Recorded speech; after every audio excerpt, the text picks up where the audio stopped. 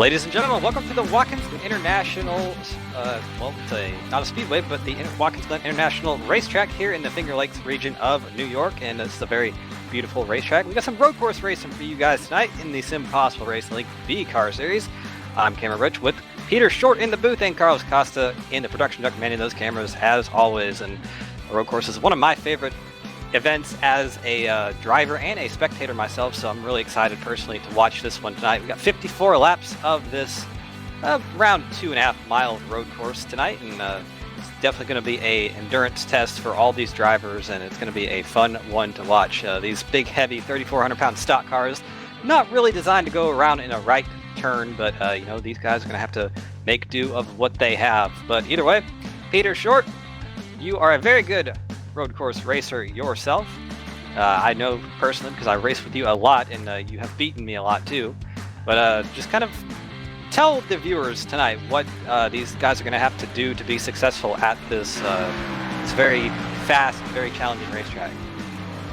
Well, yeah, it's pretty much the fastest road course that you'll see out there. It's dubbed the super speedway of road courses. High speeds, a lot of fast-flowing corners, a lot of corners that really flow well. There's a little bit of banking to a lot of these corners to help these cars turn here tonight, as you see the number 25 of Kyle Zimmer work his way up through the S's. One of the trickier parts of the racetrack, because you tend to get a little bit loose, as we saw right there. Good save there by Kyle Zimmer. But also a few hard braking points right here. You see him going into the bus stop. A hard braking point, a great spot to make some passes, and also a great place to just kind of set up your passes for your next few laps. But Kyle Zimmer, really, he's going to show that my next point is going to be important here tonight, because tonight it's going to be a long race, 54 laps around this joint. It's really pretty much an endurance race for these drivers, especially lugging these B cars around this racetrack for 54 laps. And you look at the lap time, 1 minute 11 seconds. Currently, Dave Wilson atop the leaderboard. This is going to be a long race. It's going to be about an hour and 15 minutes, and there's not going to be any caution flags in this race. Of course, last week at Iowa Speedway, going caution-free. We're going to go caution-free tonight, but that's just because we're on a road course here tonight. Absolutely. So it's definitely going to be an endurance test for all of these drivers, and a lot of drivers in the field, actually. I believe we have about 17 drivers that are going to start this race. So one of the bigger fields we've had in the SimPossible Racing League as a whole. And on a road course, that can be a good or a bad thing, because Peter, turn one here on the start is usually, it can either go smoothly or it can be a mess, and I've had a lot of races where it has been a mess just because it is a very hard braking zone. Turn one, probably the hardest braking zone on the track, actually. Well, not probably, it definitely is, but it tends to invite itself to having some issues, especially on the start where everybody's kind of bunched up together. So hopefully we can not see that tonight, because having no cautions, of course all these drivers have forward fast fares to use, but you don't really have a chance to use them and have an advantage from them because you won't have those cautions to help you. Yeah, and of course, coming to a road course, we're going to have some key terms here tonight that you don't always hear on ovals. One of those terms being wheel hop. It's basically where you get the brakes and the weight of the car, and all of a sudden the rear end of the car starts shattering on the ground. We'll see that here tonight, I'm sure, especially in turn number one where the track's falling away from you. And a couple of other key terms here tonight is, of course, the bus stop, the inner loop, some people call it. It used to be counted as corners. Now NASCAR all of a sudden decided not to count them as corners. So NASCAR scores this racetrack as a 7-turn racetrack rather than 11 if you consider all 4 corners of the bus stop. There's Fernando Matos in the number 17. He's one of those drivers looking to do well tonight. He's mid-pack currently, but we're about to go to the qualifying session, and qualifying is ever so important here on road courses because, like you said, Cameron, you want to be in front of any type of melee at turn number 1. I know, Cameron, going back a couple of years, back in the NR 2003 days, that good old NASCAR Truck Series wreck that happened at turn number 1, it was actually a pretty famous wreck, and I think we were both involved in that one. You're talking about the we're stacking them up days. That's a big throwback right there. Definitely shows how dangerous turn one can be. That's got to be at least 10 years ago at this point, maybe more. So Yeah, I think it was 2007 or 2008 when that happened. But if you're watching us here on YouTube, just if you have a brief moment, go look up NASCOM truck Watkins Glen, and you'll see what we're talking about, because it is a pretty pretty big wreck that we're involved in quite a few years ago. But nonetheless, we're here in qualifying. Nate Catilla there with that orange-gray camo scheme. That's a camo scheme that you will see out there, not those other type of camos that tend to disappear into the track, Silver Fox style. As he's now working his way on his first qualifying lap right now. And really important to hit your marks here on your qualifying lap. And Cameron, there's kind of two ways to take qualifying here on the road course. Some drivers like to take the first lap a little bit more cautious just so they can get a lap time in, and then the second lap really go for it. What's your take on qualifying? How do you qualify on a road course? Usually not. No, I'm just kidding.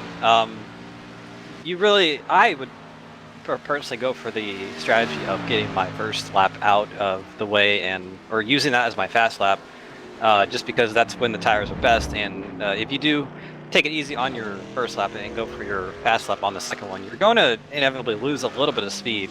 So I just try to get out there and get the fastest lap I can. But this is a track that is I would say it's both easy and tough to qualify at, because it's not like a Silverstone or a Spa where you have to worry so much about the runoff areas giving you 1x penalties on iRacing, but you can still go off right there where Nate Catilla is. That's a very popular spot to go off, just because the track does fall away a little bit there, as well as turn 1. And if you do get a 1x, of course, on qualifying, it does disqualify your lap. So you really need to be careful about that, be mindful of it. And mostly, I would say, in the inner loop, the bus stop, as we call it, you can't hit the grass. You can hit the grass in race conditions. That's kind of the line I usually run. But of course, a qualifying will give you a 1x penalty, so can't do that. So that's probably my hardest part of the track right there, where we see Alan Capers about to go into. Yeah, and you see him hard on the brakes. You see that nose of that number 13 machine, getting all my numbers mixed up. A dive down when he hits those brakes. Now he's hard right going through the carousel. That would be turn number 5 here. Go down the backstretch now to turn number 6, another hard braking zone. You get up to about 160 or so miles an hour. You see that nose dive down there as he turns into entry of turn number 6. Uses as much runoff as he can up off that corner. Now into turn number 7 to head back onto the front stretch. But look at Kyle Zimmer there, currently atop the board. We'll see what this number 13 machine can do at the line. I want to give a shout out to Michelle McMaster Eisenhower, saying Billy Wise is my pick for P1 here tonight. Also saying this is her favorite track, and you know what? This is my favorite track too, and it's one of those tracks I always enjoy going to. Always enjoy going to upstate New York, beautiful part of the United States, and also having beautiful racetracks.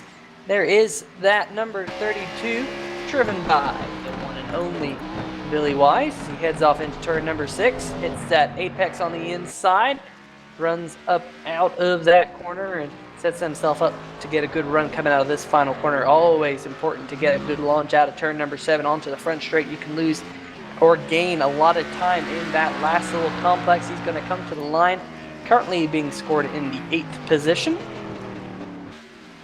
And looks like he's going to be one and done. Here's AJ Digby. Want to make a note on AJ Digby, that number 14 machine. He actually did a technique called creeping. No, he's not a creeper.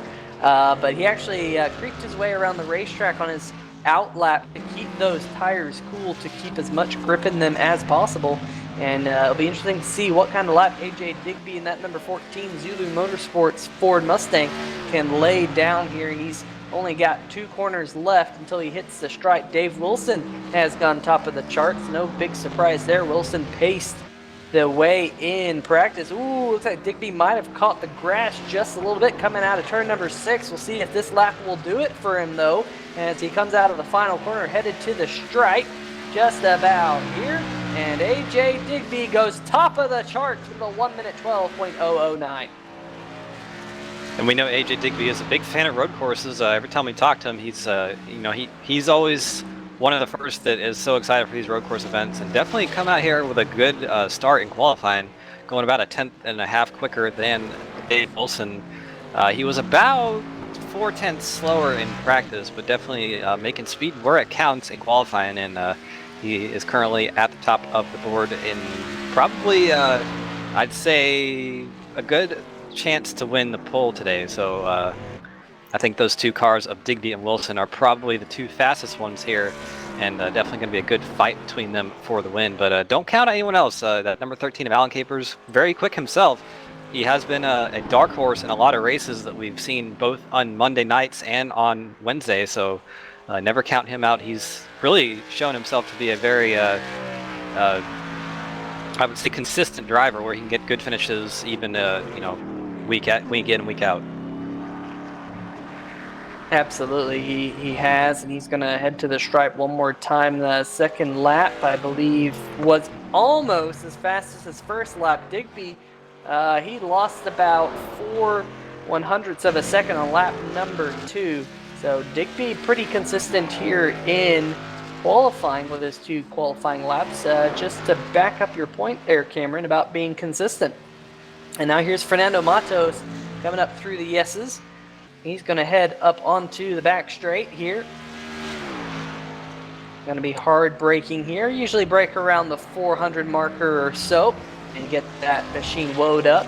Try and shorten up this corner as much as possible by using up as much curb as possible. Let me tell you, that's easier said than done, especially once you hit the first curb and the car starts to chatter. But, Matos got a little bit squirrely there coming out of turn number 5, and he's going to be in the grass. This lap will not count for him. Don't think he is on a qualifying lap here. I think he's just out there trying to get a few more practice laps in, because we still have about 2 minutes and 21 seconds left here before this session winds down. But do want to take a look at the point standings. Coming into this race, Tanner Sharp is your points leader over Kyle Zimmer. Tanner, of course, getting the win last week at Iowa Speedway. He's a 32-point lead over Zimmer. Alan Capers sits 15 markers behind Zimmer, third in points. Nate Catilla, fourth. Fernando Matos sits fifth. And Chris Verberge got around Billy Wise. Verberge moving up to sixth in points after last week's event. 11 markers behind Matos. Billy Wise falls to seventh. Tom Johnson, Brian Lowhead, and Dave Wilson round out your top 10 in points. Yeah, and there's Kyle Zimmer on the screen right now. He is, like you said, second in points right now, but Tanner Sharp, what a run he's had in this series over the past 8 races. He has 6 wins in that time span. I don't think there's a hotter driver on the planet now than Tanner Sharp in really any league. That kind of a run is very impressive in itself. So, currently right now he is 7th on the board, not looking good to make that 7 wins out of 9, but you never know, like I said just a few minutes ago, and definitely with that kind of run he's had here, anything can happen. But we are actually done with qualifying. We have just concluded it, so congratulations to AJ Digby on winning the pole for tonight's event. Yeah, Digby will be looking to get back to victory lane as always. There's a kind of a rough camera shot. Unfortunately, the cameraman sitting right there, he might need to move. Oh, there he goes. Just had to peek through the fence right there, and there is your front row. AJ Digby on the pole, and right alongside him, driving the number 20 machine, is Dave Wilson. Cameron, take away row number 2. Row number 2, we have a pair of Chevrolets here. Alan Caper is going to be starting on the inside, which is the right side at this racetrack, and 2 is outside, which is the left side, obviously, is Kyle Zimmer. Starting in row number 3 will be the number 49 of Chris Verberge, and alongside him, Fernando Matos in the number 17. Row number 4, we have a pair of drivers that have swapped teams recently. Number 3 of Tanner Sharp, he is now driving for Will Worsler's team, and Travis Zudema recently making the switch to, I believe, AJ Digby's team. Zulu Motorsports, there it is. Yep, and now on row number 5 is the number 4 of Nate Catilla. He's looking to work his way up through the pack in that Ford Mustang, and alongside him, another Ford of the 56 of Tom Johnson. Billy Wise is going to start in the 11th position, and to his outside, we have the 99 of Johnny Berardi. Billy Wise's father is going to line up right behind him, of Thomas Wise, starting in the 13th position in the one machine. Alongside him, the number 48 of Mark Dingman. Starting 15th, we have Evan Cochran making a return to the series, and number 88, new driver in the league of James Efaw. And rounding out your field here tonight will be the number 24 of Matthew Lesniewski and the 66 of Ben Lowhead. Looks like the number 24 of Matthew Lesniewski hasn't posted just yet, currently off the racetrack. So as of right now, Brian Lowhead will be starting shotgun on the field in that number 66. Quite often we've seen him start at the back, but Brian Lowhead has shown that he's a pretty consistent road course racer and has the opportunity to work his way through the field here. Wasn't the fastest on the practice charts, but nonetheless, watch him keep that number 66 clean. He usually does a fantastic job of keeping that Chevy Camaro nice and clean and working his way through the field. But nonetheless, pace car is working its way through turn number 5. We're about 2 corners away here from going green flag racing for 54 laps around Watkins Glen International for what I'm dubbing the SimPossible endurance race of this season. This is going to be a fairly long one. Managing your tires is going to be important. I expect it'd be a stretch to be a one-stopper, Cameron. I'm expecting a two-stopper in this one, but it should be pretty good. Definitely, and because this is actually a pretty high tire degradation circuit, really tires are a factor here. So definitely, I think two-stop is the best strategy for fuel management as well as tires. So I think probably most of these drivers thinking about that right now. But right as we come to the last corner of the track, all these drivers here are thinking about what their first moves are going to be, as well as the potential danger here down in turn 1. You see the pace car there making the hard right turn onto pit road, and the green flag is out here at Watkins Glen. AJ Digby gets a very good restart. Looks like Dave Wilson was not able to get going very well. Had some connection issues for somebody at the front row, but we'll see how we get here through turn number 1. Alan Capers on the inside making a diving move, but not going to be able to make the Met move, I don't think, right now. But AJ Digby a little bit wide. Did Wilson having some connection issues there, actually lost a spot or 2, I believe, now under fire from his teammate Chris Roberge in the 49 now, was in the 98, but we have a side-by-side battle for lead through the S's. That is a dangerous thing to do for both Capers and Digby, but we'll see if Capers has the preferred groove into the bus stop. We'll see if he can make a move for the lead, maybe outbrake Digby, but Digby outbraking himself, or outbraking Capers on the outside of the corner. And now we have a bit of a stack up through the bus stop. Looks like everybody was able to negotiate turn 1 and the bus stop pretty well. No incidents to report as of yet, Peter. So good job by all these drivers to get through these few corners cleanly. Well, I was just gonna say that you spoke a little bit too soon, because unfortunately Johnny Berardi and Thomas Wise got together. The number 99 sitting on pit road. He's got a ton of damage. It was in turn number 1. Looks like the 99 might have just caught himself just a little bit too much, maybe a little bit too much rear brake bias, and went around. Got tagged there by the one of Thomas Wise. And then there was some additional contact in the S's between those two, and that's how those two cars are now quite badly damaged. In fact, I think the one machine might have been shown the black flag for possibly going backwards, but nonetheless, it'll be interesting to see. Oh, there was a separate incident. Mark Dingman there in the 48. Looks like he got involved in something in the S's. He's a little bit wide. Oh, the 1 and the 80 got together, and the 48 was there. Oh my gosh, the one car just came back across the racetrack straight into the 48 machine. And, oh, there's the number 99. Oh, couldn't see anything. That's a blind corner from the driver's perspective. And the car stopped right in front of him. And my, oh my, that's going to be a tough break for those drivers. They do have fast repairs, but that's going to put them behind the 8 ball here early on. Oh, look at the number 13 of Alan Capers. He's slid back. He's now a little bit further back. There's the 56 of Tom Johnson battling with that number 13 machine. He was, last we saw him, he was pretty close to the front. So drama here early at Watkins Glen.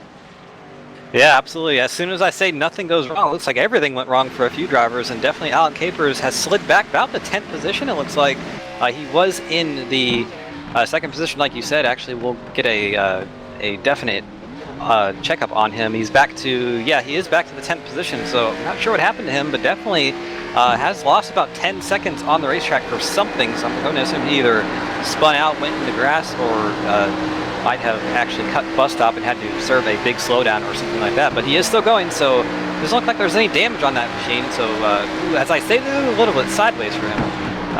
We're on board with Tanner Sharp right now. He is currently in the 6th position, right behind that 17 of Fernando Matos. You see him bouncing over those curves. That is such a jarring feeling as a driver, Peter. You know that that really upsets the car, and that's why that bus stop is so treacherous and so hard to negotiate, because those you have to hit those curves to be fast, but they also upset the car a lot. You see AJ Digby right there in front of Dave Wilson by about 0.8 of a second currently.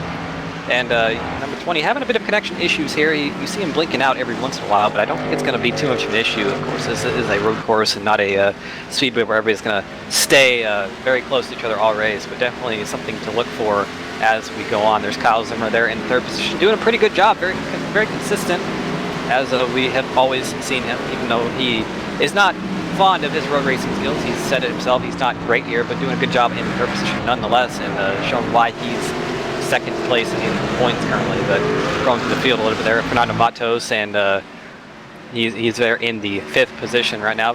Has a little bit of front end damage, it looks like, on that 17 machine, so he got into somebody somewhere on the racetrack. Yeah, it happened just now, so we'll see what happened here on the replay. Ooh, in the guardrail a little bit. Looks like he got a little bit loose out of turn number 1 and lost the spot to Tanner Sharp there, so he is now back to the 6th position. But looks like it didn't hurt the car too much. He will be just fine to keep going, and probably just go and take his fast repair on his first fuel stop. Anyway, there's Nate Catilla in the 4 car, and I have to say that is a very beautiful looking machine. That is my high school colors right there, black and orange, so a bit partial to it myself, but currently in a battle for that position with Travis Zudema right now. And Zudema has his teammate out in the lead, so of course Zulu Motorsports looking for a good day here at Watkins Glen. Thomas Wise looks like he has had a little bit of brake issue in turn number 1. He slid off the racetrack. There he is.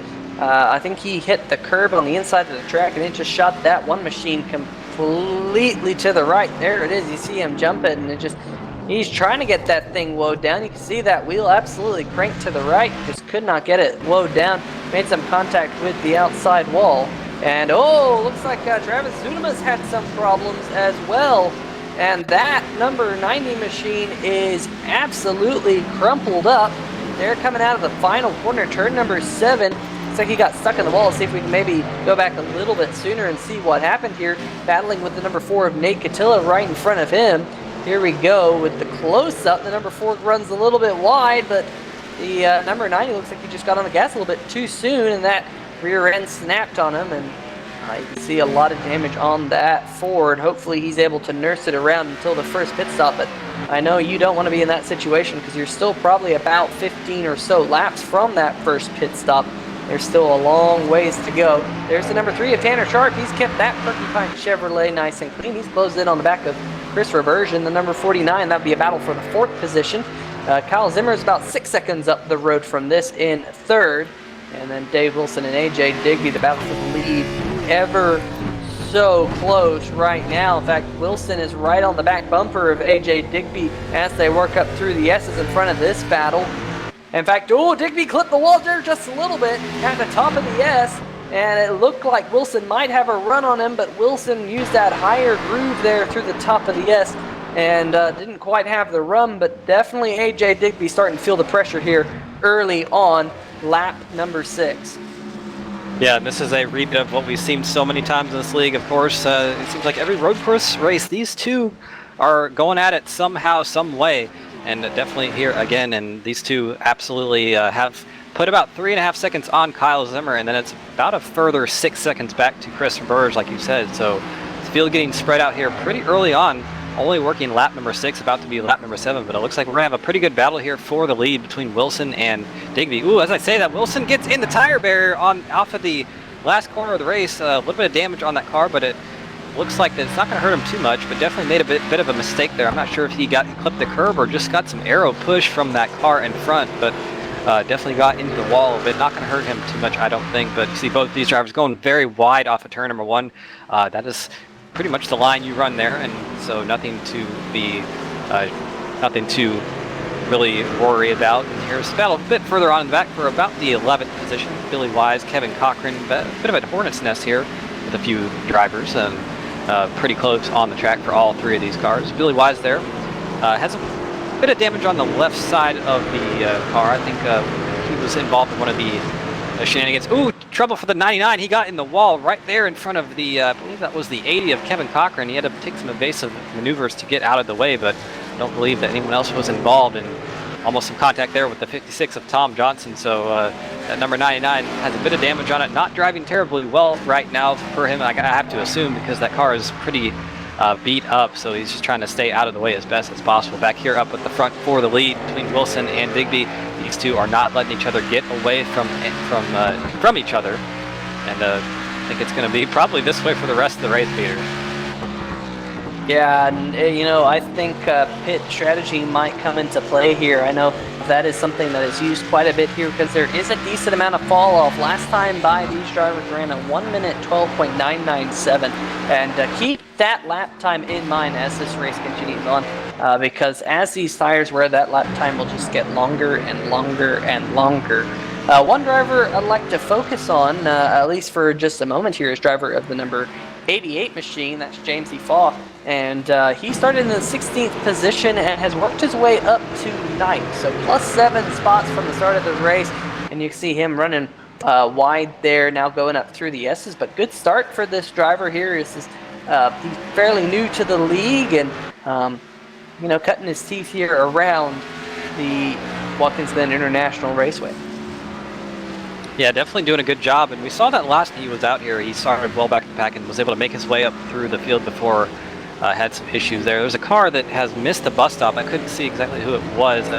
4 of Nate Catilla had to come to a bit of a slowdown, so he's lost a few positions, but was able to keep it straight. There's Alan Capers. He's made his way back up to 8th after being in around the 11th position after whatever happened to him early on in the race, so he's sorry to cut you off, Cameron, but battle for the lead is very, very hot right now. Wilson had a run on the 14 of Digby coming out of turn number 1. You right on board, looking out back of that number 14 machine, and ooh, Wilson got a little bit sideways there, right at the top of the S's. That is going to hurt him, and now he's going to lose all of that ground that he's already gained on that number 14.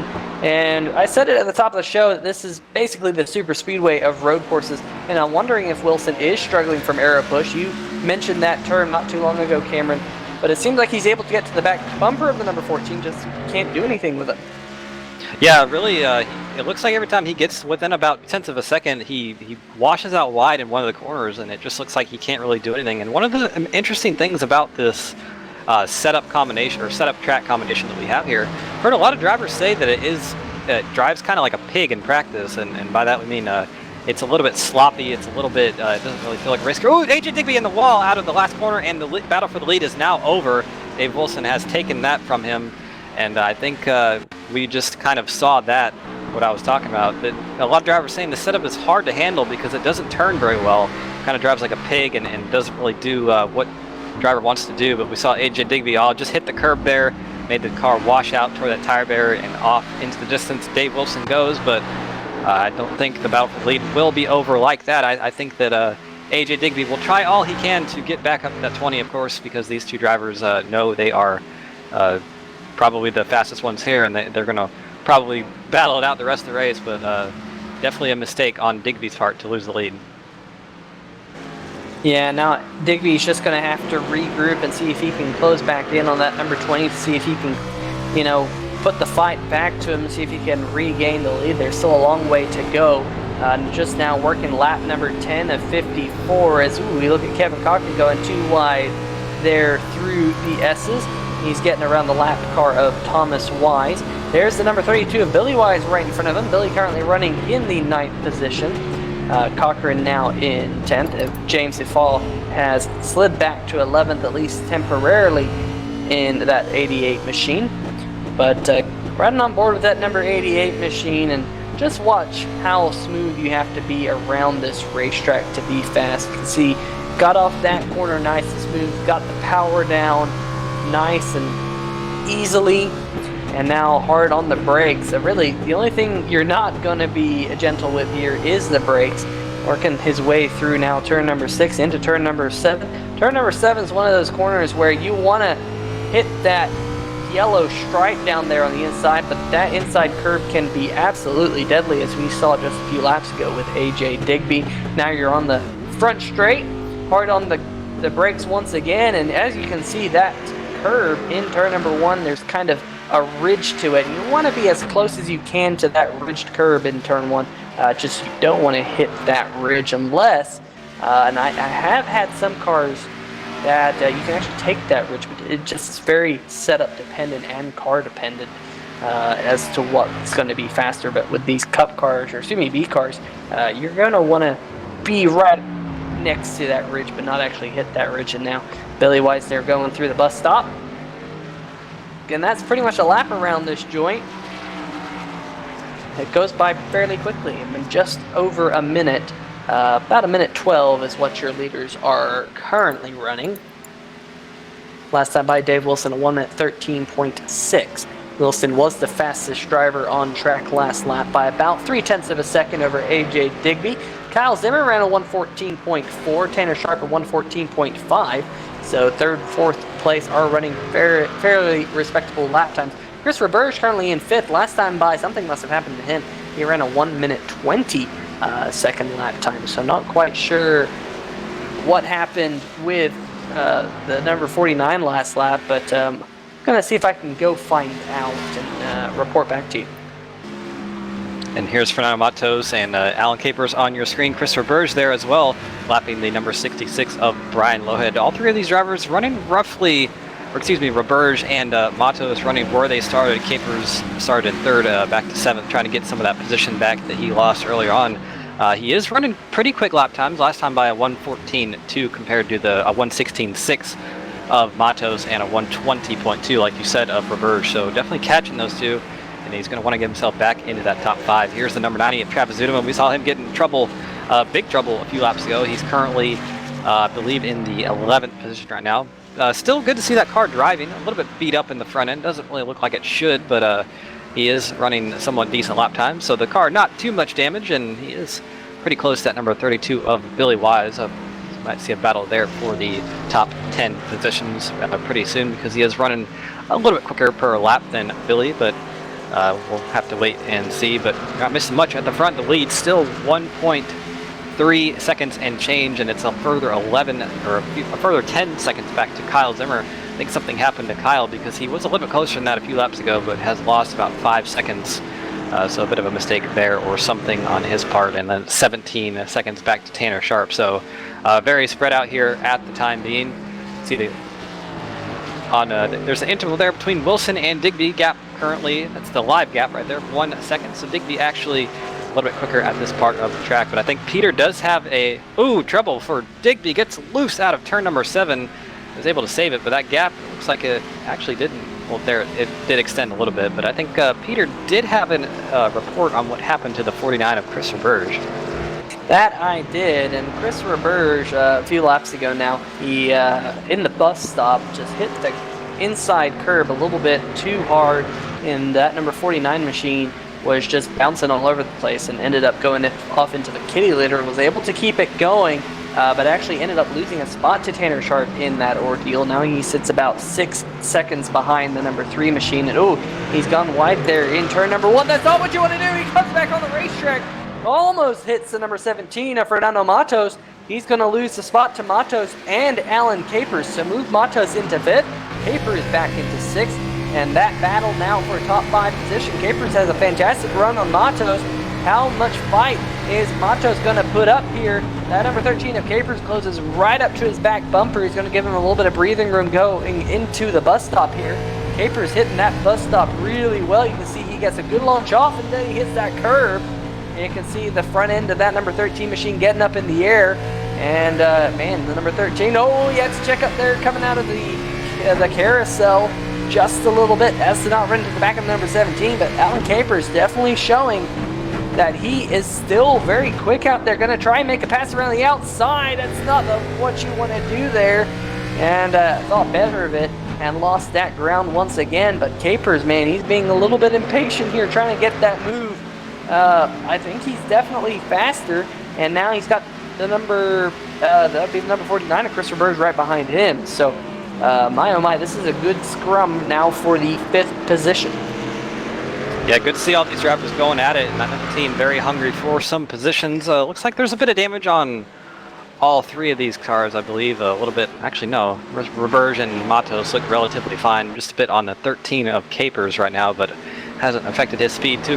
Too sticky situation there, going around the lap car of the one of Thomas Wise, and here comes Capers on the inside of Matos, trying to make the move into the bus stop, see if he can outbrake himself or outbrake Matos, not outbrake himself. Good move there for Capers. That was a textbook pass here at the Watkins Glen International Circuit, and that's really one of the best passing opportunities you have into the bus stop if you can keep from outbraking yourself, which is so incredibly hard. Ooh, trouble for the one of Thomas Wise. He's in the tire barrier hard, and looks like he's abandoning it off to the boot section of the circuit, which these cup cars or these NASCAR stock cars unfortunately do not run. I do love that part of the track myself, but is not part of this track. But it looks like that Matos is not going to let that position go easily. He has got himself back onto the back bumper of Capers, and Capers looks like he got a little bit loose out of turn number 7. So this battle between Matos and Capers is bringing that 49 of Roberge into it even more so than it was before. So definitely going good here for the top 5 positions. Oh, we do have a local yellow in the bus stop. The number 66 of Brian Lowhead has come to a halt. He's going to get that number 66 going once again. Let's go back and see if we can see what happened here on the replay. Going into the bus stop, hits the first curb nice and well, and then got a little bit wide, and the rear end of that number 66 machine just started to go around. And ooh, the number 88 of EFAW back there also having a little bit of trouble here in the bus stop. That's going to allow the 56 of Tom Johnson to go through. So EFAW now back into the 13th position. Tom Johnson gaining the 12th position from that exchange. But as I say that, Tom Johnson just ran really wide in turn number 1. You see that replay there, that 88 just, it looks like all of a sudden those rear brakes just all of a sudden locked up instantaneously and got him loose. But as we look at this battle now for the 5th position, it's still nice and hot as they work their way through the final few corners. And we're working lap number 17 now as soon as they cross the line, and yes it is. So I think all of these drivers on the racetrack going to be thinking about pitting here pretty soon if they're going to think about making this a 2-stop, probably split this race up into thirds. That would be the logical choice to do. So maybe if you're I would think that that would also apply to second place AJ Digby as well, who is lapping a bit slower per lap than Dave Wilson. The gap now up to about 2.7 seconds between Wilson and Digby. So I would think that if Digby is going to want to get in front of that 20, he's going to have to try something different. And if that means pitting a little bit earlier, then probably I would say we've seen that from him before. Digby, probably one of the most vocal proponents of alternate strategies in the league. We always see him do things like that. A bit of trouble for the 4 of Nate Cotillo. Got himself a little bit sideways there, almost hit the guardrail. There was almost contact going up through the S's. I think we might actually be watching a replay here of the number 4 machine, because he just almost made contact with the number 1 machine going up through the S's. Now he's working his way through the bus stop here. But yeah, there was a little bit of contact there with the number 4 and the number 1 going up through the S's. No harm, no foul for both of those drivers. They're both now still going. But really all the battles have simmered down, at least for now. Dave Wilson's working his way through some lap traffic. He did put the number 88 and the 56 1 lap down. So at this present moment in time, we have 11 cars still on the lead lap. The last car on the lead lap will be the number 4 of Nate Cotillo. Billy Wise running in 10th is about 2 seconds up the road from Nate. Travis Zudema also very close on track. In fact, Zudema and Billy Wise, I think that was a transition of position between Billy Wise and Travis Zudema recently. But there is that number 32 of Billy Wise. Want to give a shout out to the Billy Wise fans and the Alan Capers fans here in the chat. Johnny Berardi also in the chat. We saw Johnny out on the racetrack earlier in this one, but unfortunately he's taken that machine to the garage. He said, good luck everyone. Having computer problems. Pedals quit working. That's a tough thing, especially on a road course. That's not what you want to have happen on a road course. Cameron, we saw recently here on iRacing where Formula 1 driver Max Verstappen, his brake pedals went out in the middle of a 24-hour race. He had to take a tow back to pit lane. They still ended up winning that race, but that's not what you want to have happen. Yeah, definitely, and I have a bit of a personal story from there as well. Back when I had all my Thrustmaster stuff, I had my first set of pedals. The brakes stopped working here, going into turn number 1 of all places, and I did not successfully negotiate that corner. Actually, did a bit of a Jimmy Johnson impression, just went straight off and hit the tire barrier pretty hard, and that was the end of my race and the end of that set of pedals there too. So. Definitely hardware issues at this track. Actually, I had a shifter go out here too, Peter. I think you remember that. Had a shifter go out in our 3-Wide Racing, I believe it was the Super Late Model Series, whatever it was called back then. So that kind of sucks. So I think this is one of the tracks where it is actually hard on equipment a little bit. It seems like have a bit of issues here for some things. So kind of like real life where it's hard on brakes and tires and all that kind of stuff. So a bit of a real life analogy there. So pretty, I guess it's not cool, but it is pretty cool in a way. Yeah, it's definitely one of those racetracks where the driver is having to do quite a bit of things. I mean, it depends on how you drive these cars. Some drivers like to use the clutch. Some drivers like to just dip the throttle just a little bit and to get the car to shift. But you're shifting gears, managing your brakes, managing wheel hop, managing a whole bunch of different things that come with racing on road courses with such a heavy race car as these NASCAR B cars. As you focus on Fernando Matos, I know he's good at juggling the road courses. He's been very fast on the road courses we've seen. Road America recently in the trucks here in SimPossible. And he's got the number 49 right in front of him. That battle now for the 6th position hasn't really calmed down. I mean, Matos has stayed about a second and a 3/4 behind the number 49 for a few laps now. So it only takes one mistake, Cameron, and you and I know we've both made mistakes on this track, some more costly than others, but just a small mistake can cost you quite a bit of time. Absolutely, and especially because there's no options here on this racetrack. So really, we've seen it for a lot of drivers. Actually, speaking of, yeah, like you said right there, Matos getting off in the grass, in the gravel a little bit. Just a small mistake, but those mistakes really do add up. So when you don't have cautions to get yourself back in the mix of things, you can really just lose so much time, and it really makes it hard to make it up.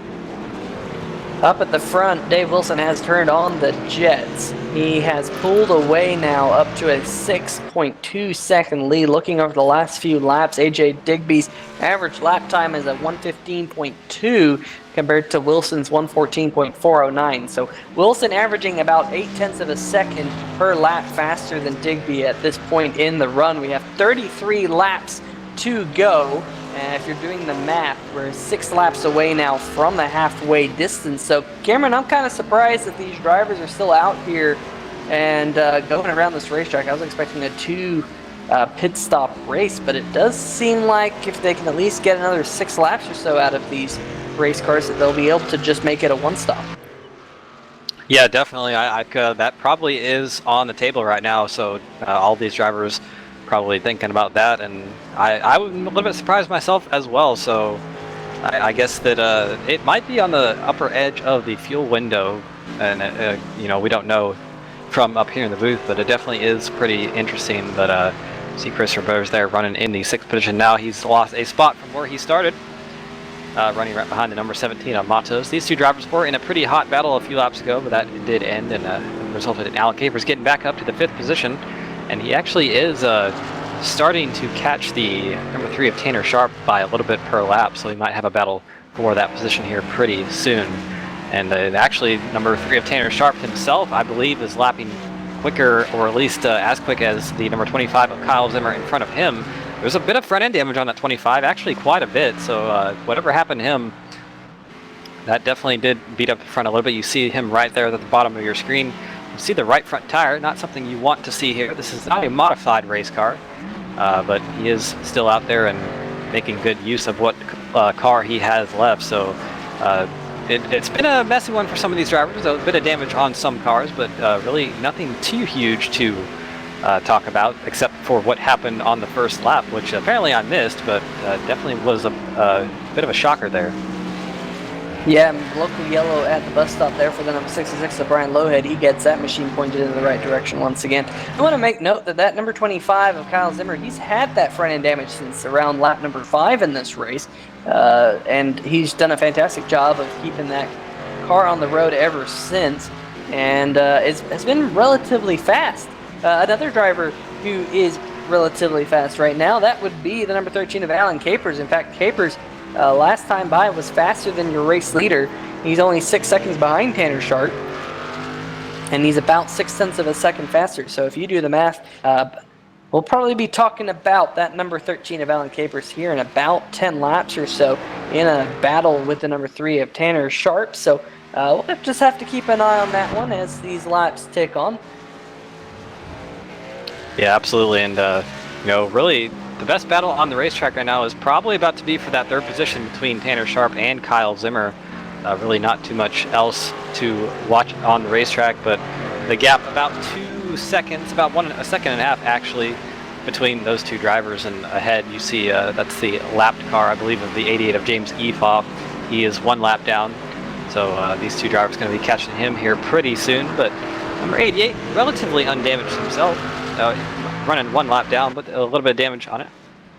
Here comes Tanner Sharp trying to make the move on Kyle Zimmer for that third position, and these are your top 2 in points right now. So you got to think for Tanner Sharp, he wants to get around Kyle Zimmer and extend that gap just a little bit, but Kyle Zimmer looks like he might be letting the 3 by. Bit of a, he probably thinks to himself that Tanner is faster and there's no use in holding him up, and that's a good, smart move right there for Kyle Zimmer to do that at this stage in the race. Yeah, that's pretty gentlemanly racing here. We're not yet to the halfway mark, so there's still plenty of time in this race to gain that position back. And look at that number 13, that purple and green machine there at the top of the screen. He's closing in on now not Tanner Sharp, the 25 Kyle Zimmer in front of him now. So Tanner now ahead of Kyle. And that number 13 machine, just you can hear the Jaws music here, just closing in on these two in front of them.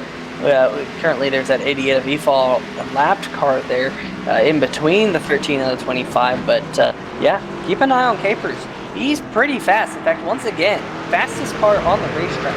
He's 0.7 of a second faster than Dave Wilson this last time by. I mean, that is pretty staggering. Unfortunately for Capers, he finds himself 31 seconds off Wilson up at the top, but definitely very, very quick here late in this run. Absolutely, but I wouldn't put him out just yet. We have seen crazy things happen. And Peter, I know you're a Formula One fan yourself, and I think one of the best quotes of all time comes from Murray Walker. Ooh, trouble for the 1 of Thomas Wise. He got himself into the gravel trap, but is going to get right out of it, back on the racetrack, and he will be just fine. But as I was saying, Kyle Zimmer has not let Tanner Sharp get away, so as soon as that battle kind of ended, because Kyle Zimmer let Tanner Sharp by, he's kind of saying, you need to go or I'm going to get back by you, bud. So pretty interesting there. But back to what I was saying, Murray Walker used to say that anything can happen in racing, and it usually does. I think that's probably one of the best quotes of all time, because that really kind of epitomizes the uncertain nature of some things that happen in racing. So wouldn't count out anyone just yet, and we have seen crazier things before. But definitely a good battle here between Tanner Sharp and Kyle Zimmer. Tanner Sharp goes wide through turn number 1. We'll see if Kyle Zimmer can get the run on him. I don't believe he's going to be able to make the move through the S's here, but definitely has a pretty good run on him. We'll see if he can get the move made down into the bus stop. And you see right there at the bottom of your screen, at the left side now, that number 13 of Alan Capers, that purple Chevrolet, looming very closely behind these two. So I think he's smelling blood himself. He's going to want to get himself into the battle and get himself up to that third position.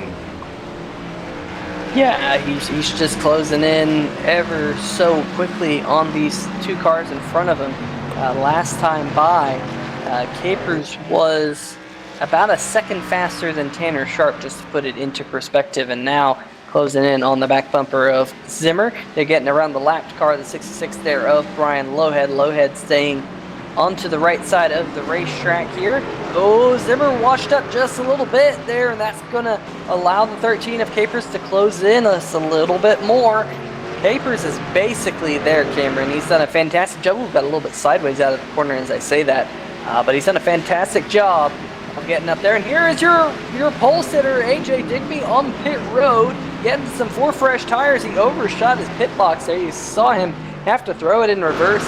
Cameron, this is a very tricky pit road to get onto because you're downhill slope, and it can definitely affect your braking points on pit road, and that's probably what we just saw there out of AJ Digby as this battle now up through the S's. Capers trying to close in on Zimmer, but it'll be interesting to see how this pit road sequence plays out.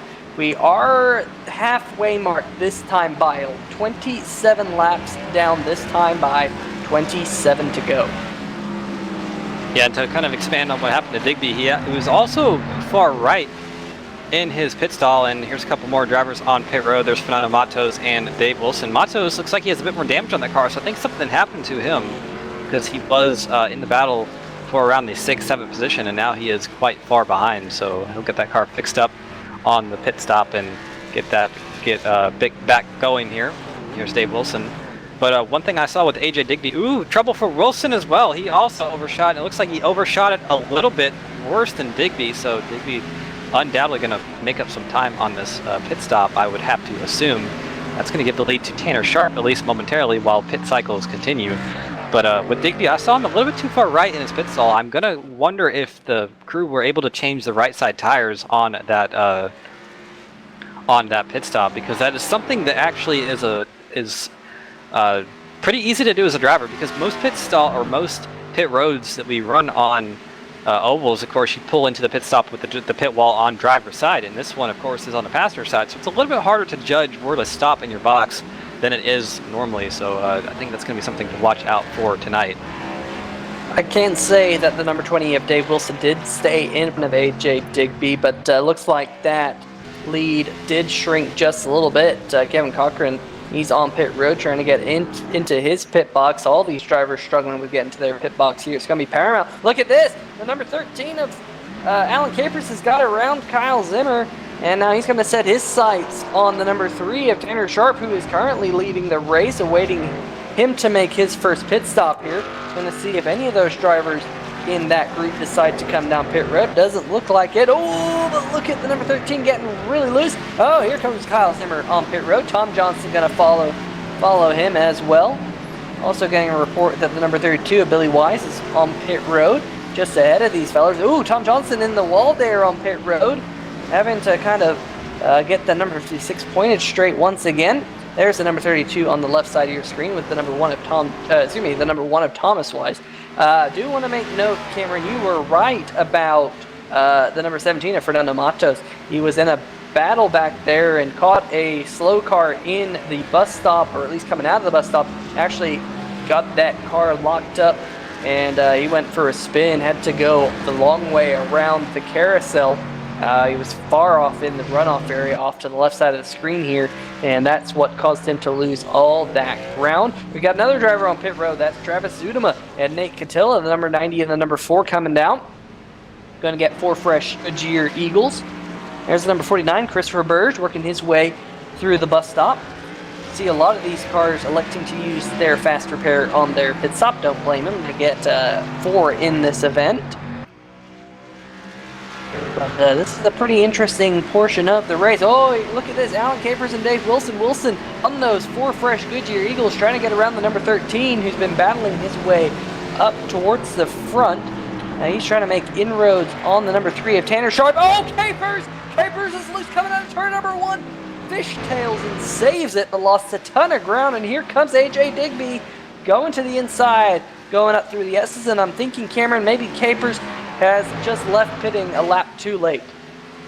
Yeah, I was actually going to say that, Peter. Really, I'm not sure what Tanner Sharp and Alan Capers are thinking that this is going to do. Of course, I would have probably just came down pit road at halfway, like you said, because there is absolutely no possibility of a caution being thrown out, so there's really no chance that they were going to inherit the lead at a caution sequence or anything. So right now, really, both Tanner Sharp and Alan Capers are just losing time, I would say kind of needlessly, because they can just come down pit road and whatever. They've, like, you know, Alan Capers has already lost a position to Digby and Wilson, so there's really no incentive for him to stay out on the track anymore, I would think.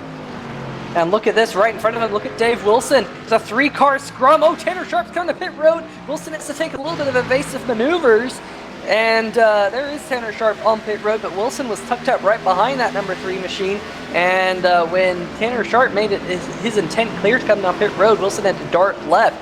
And he also had the number 17 out there of Fernando Matos. So Wilson's going to lose a decent chunk of time here to AJ Digby. This battle for the race lead, it might not be over, folks. This exchange has not gone well for Wilson. Wilson now trying to go around the outside of the number 17 as you see the number 3 of Tanner Sharp on pit lane.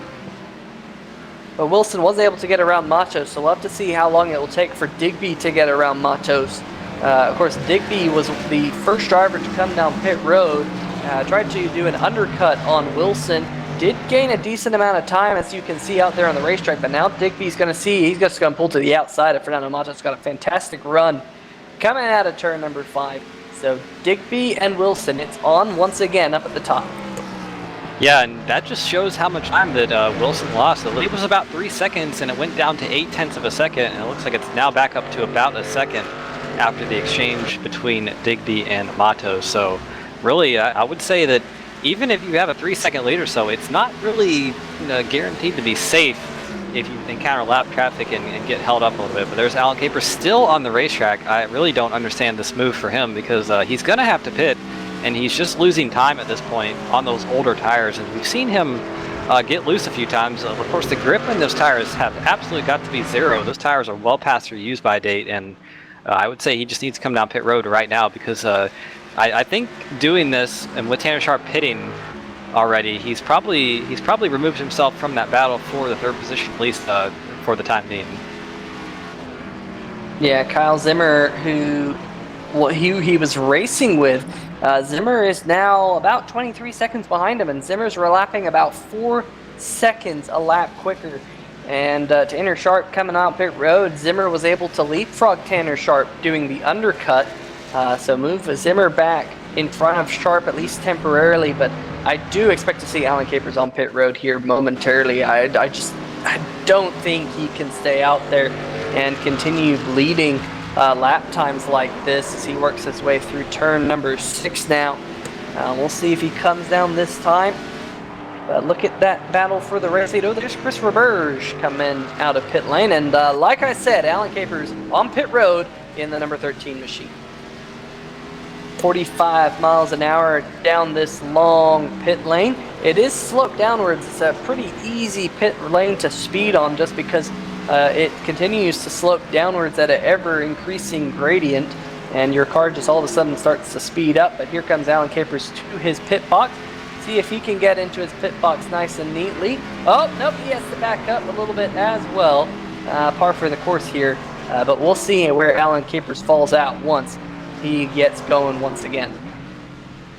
And one of the best battles before the pit sequence was between Kyle Zimmer and Tanner Sharp, and now Kyle Zimmer has actually won that battle. He's about 4 seconds ahead, and this battle for the lead about 1.2 between Wilson and Digby right now. So it looks like that Dave Wilson is just ever so slightly quicker than AJ Digby, at least consistently.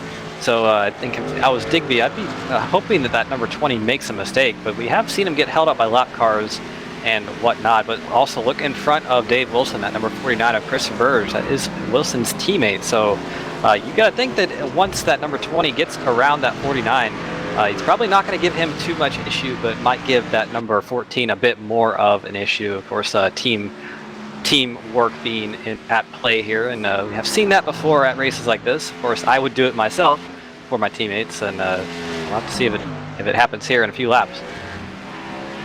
Yeah, we'll have to keep an eye on that, but AJ Digby's been pretty darn quick. So if that number 49 of Burge slows up his teammate at all, it might allow Digby to close back in here as we have 21 laps of the 54 scheduled here tonight. Still left to go here around the famed Watkins Glen International Raceway up in upstate New York. It's been a very interesting race. If you're just now joining us, want to give a shout out to those people in the chat. If you're in the chat watching, make sure you post something so we can give you a shout out here in this race. Michelle Eisenhower once again rooting on Billy Wise. Awesome to see that. Got some Alan Capers fans out there. One person who you might not see who is typically in the chat, is Will Worsler. Of course, Will now has Tanner Sharp driving for him. Will Worsler Racing, WWR. Pretty awesome to see Porcupines on that number 3 machine as well. It's a pretty cool app. Go check out Porcupines if you haven't in your app store, whether it's the Play Store or the Apple App Store, either one. There is that number 3 of Tanner Sharp on your screen. Oh, gets a little bit sideways at turn number 6. Nothing he can't handle. But I think it's about time to go through the field, Cameron.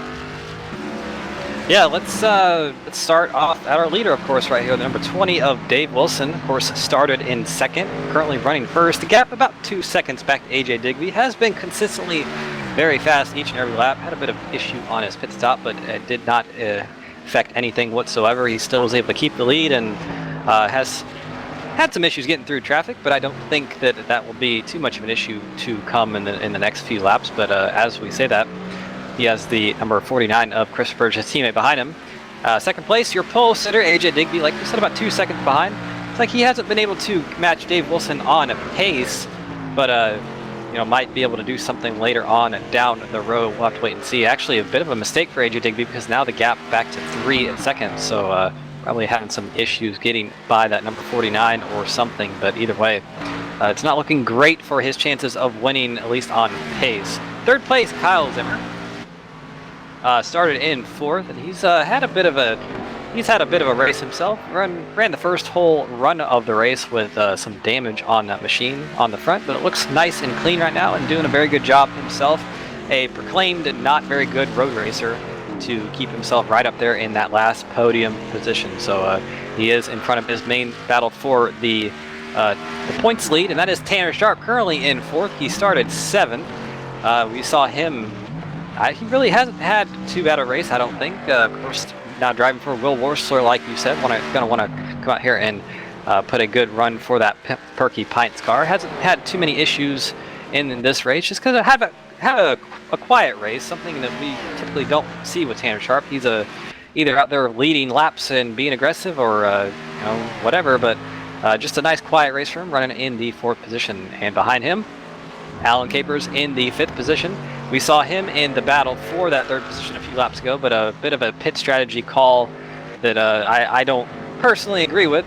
Put him back to the 5th position. Of course, he did start 3rd and is one of the fastest cars here. Of course, we've seen him be quicker than the leader on the long runs of the race, and getting in some grass right there. But that 13 is very fast, and I think he will eventually get back up to the battle with at least Tanner Sharp for 4th, and maybe Kyle Zimmer later on down the road. And the last driver on the lead lap is that number 80 of Kevin Cochran, someone we haven't talked about all much today. But if there was a driver of the day award like there is in F1, I might give it to this driver, because he started in 15th, has gotten himself up to the 6th position by, of course, no cautions for anyone on this track, has made it all up under green, and some good pit strategy calls for him. Means he's running right there in 6th, all the way back from 15th. So good, nice, quiet day for Kevin Cochran. A low-key day, but a very good one nonetheless. And take it away, Peter. Yeah, and just outside of the lead lap, you got the 49 there of Christopher Burge.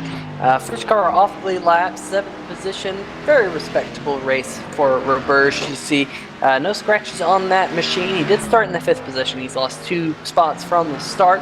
But all in all, pretty quiet race for this driver. And sometimes a quiet race is a good race. Right behind him is the number 17 of Fernando Matos. He's just now working his way up through the S's.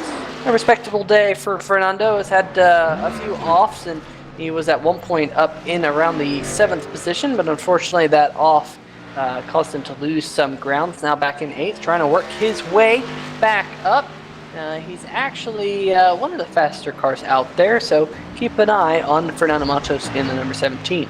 The number 90 of Travis Zudema is currently sitting in the 9th position. Started this race in 8th. Here, last time by, ran a 1 minute 14.9, which is pretty respectable pace, even though he is the first car off the lead lap. Or assuming not the first car off the lead lap, but he is off the lead lap. He's the 3rd car off the lead lap, currently running down in 9th. Nick Attila, the number 4 machine, he rounds out your top 10. Kind of had some ups and downs in this race, but let me tell you what, Attila's kept that number 4 quite clean and on the racetrack. Every time I've seen him, He's had that machine on the racetrack in between the lines. That's what you got to do in this fairly long road course race. And road course racing is not out of the picture. We got a couple of road course races here relatively soon, Cameron. We got Mid-Ohio, I believe, coming up, as well as Road America. And then in the last few races, we got the Roval. So 3 more road courses left in the season, with only about 13 or 14 races left. Yeah, and in addition to that, after Mid-Ohio, we have Bristol in between Mid-Ohio and Road America, and then Darlington. So this is like one of my favorite stretches of the season. Of course, all of these tracks are awesome drivers' tracks. So, sorry to cut in there, but Tanner Sharp actually lost the position to Alan Capers, and Tanner's actually struggling out there. Last time by, he was 3 seconds slower than Capers, and over the last few laps, Tanner Sharp has actually been one of the slowest race cars on the circuit. Cameron, I'm looking at his pit stop time, and it was a respectable 14.3, but I'm wondering perhaps maybe this tire set isn't going to Tanner Sharp's plan here, or something. I don't know what, but Sharp is definitely off the pace. And I haven't seen anything that would, I would say, constitute a severe mistake or anything like that. It just seems like there's no horsepower underneath that hood. Actually, I just was going back and watching the last lap, and he actually blew the bus stop chicane and had to slow down a lot, so that might be part of the reason. But again, he was one of the last to pit as well, so I can't imagine. Actually, he is coming down to pit road right now, so something definitely awry with that car. I was going to say he has some of the freshest tires on the racetrack, so he shouldn't be struggling for grip too much, but definitely, you know, coming down pit road, I would say unscheduled. We'll have to see if something is up with that car or not, but either way, back up here, battle for the 6th position. Of course, both of these drivers 1 lap down between Kevin Cochran and Chris Roberge. Roberge actually about a half a second quicker than Kevin Cochran at the moment, so we'll see if these positions end up changing hands or not. But we'll give you guys an update on Tanner Sharp in a moment when we find something out. But he is down and away, so whatever was wrong with that 3 car, I don't think is an issue anymore. Yeah, I'm gonna see if I can figure out what happened with that number 3 machine. Gonna see if we can hear or see anything on his Facebook stream. Sometimes we take a peek in there, but that is going to put Tanner Sharp a little bit further back on track. Kevin Cochran will get around him, as will Chris Roberge. So that will put Tanner Sharp all the way now down into the 7th position as he works his way through the bus stop right now, hitting those curbs quite hard there on exit. And he will now fall 1 lap down. That puts 4 cars on the lead lap. Yeah, definitely an interesting development at this point in the race. About 14 laps to go. And there's leader Dave Wilson about 6 seconds up the road from 2nd place AJ Digby.